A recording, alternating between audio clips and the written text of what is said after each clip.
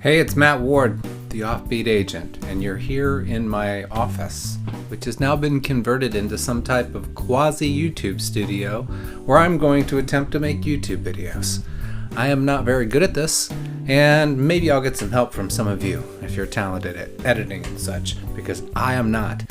In fact, I am OCD, so when I listen back to this, I hear my chair creaking, and I've been Googling and Amazon searching what type of chair to purchase so that I don't sound like a creaky asshole. So what's our first episode about, Matt? We hear a lot of mumbo jumbo in real estate, and one of the things we hear is the market gonna crash? Is the market changing? Is it shifting? What is a shift? Shifting simply means a change in the balance of supply and demand. We're starting to see it happening. Why did I change shirts? One of the indicators of a market shift we're going to talk about today, and that's price reductions. When homes that are actively on the market drop their price, it is a sign things might be changing a little bit. So we're going to go over the top 10 states where there have been the most price drops. All right, here we go. Number 10. California. This one's kind of expected. California is one of the most expensive places in the country. So when interest rates skyrocket, then the cost of a home becomes unaffordable to many people. Number 9, Louisiana. Now Louisiana is still a very affordable place to live, but maybe people have gotten burned out on the idea of living in New Orleans during a pandemic. Number 8, Washington. I'm looking at you, Seattle. You can only throw shit at the wall and it'll stick for so long before people will stop paying $900,000 to live in a fucking houseboat. Number 7, Arizona. Just like Columbus, Ohio, where I live, was the test market for dumb shit like Crystal Pepsi, Phoenix, Arizona was the test market for iBuyer programs like OfferPad, Opendoor, Zillow, and Redfin. Number 6, Tennessee. Tennessee is a boomerang state. That means people will move from the north to Florida, and then they'll like the fact that Florida doesn't have any state income taxes, and they'll move halfway back home to Tennessee. So Tennessee has seen an incredible increase in its population over the last few years, especially with the pandemic. But Nashville's hit its peak.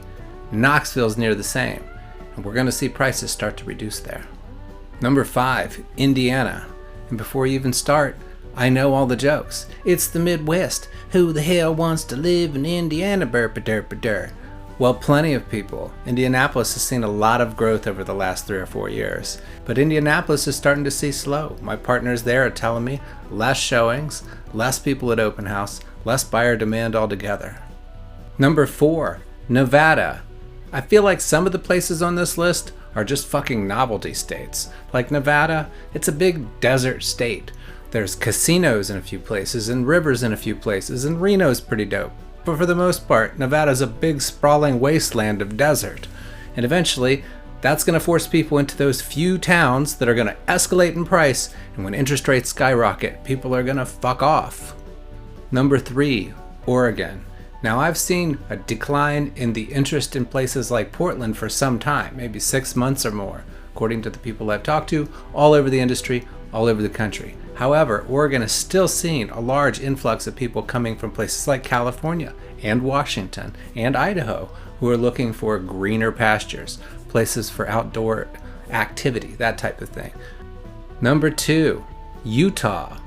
And I feel like the only legitimate city in Utah is Salt Lake, or the cities that surround Salt Lake. And it has been a shit show there for many years. And eventually, once again, you reach a ceiling of what a buyer is willing to pay in a market, that coupled with rising costs overall, and eventually you will see a curbing in the demand. And the number 1 state with the most price drops, Idaho. Makes perfect sense to me because Idaho, specifically Boise, is one of the most overpriced markets in the entire country. Talking about prices in 2018 in that city being about $300,000 on a median single-family home, and now they're looking at $550,000 for those same homes, pricing out almost all of the locals. So hey, let's talk about what's really going on. I'm going to give you the scoop, in my opinion, of what's happening right now.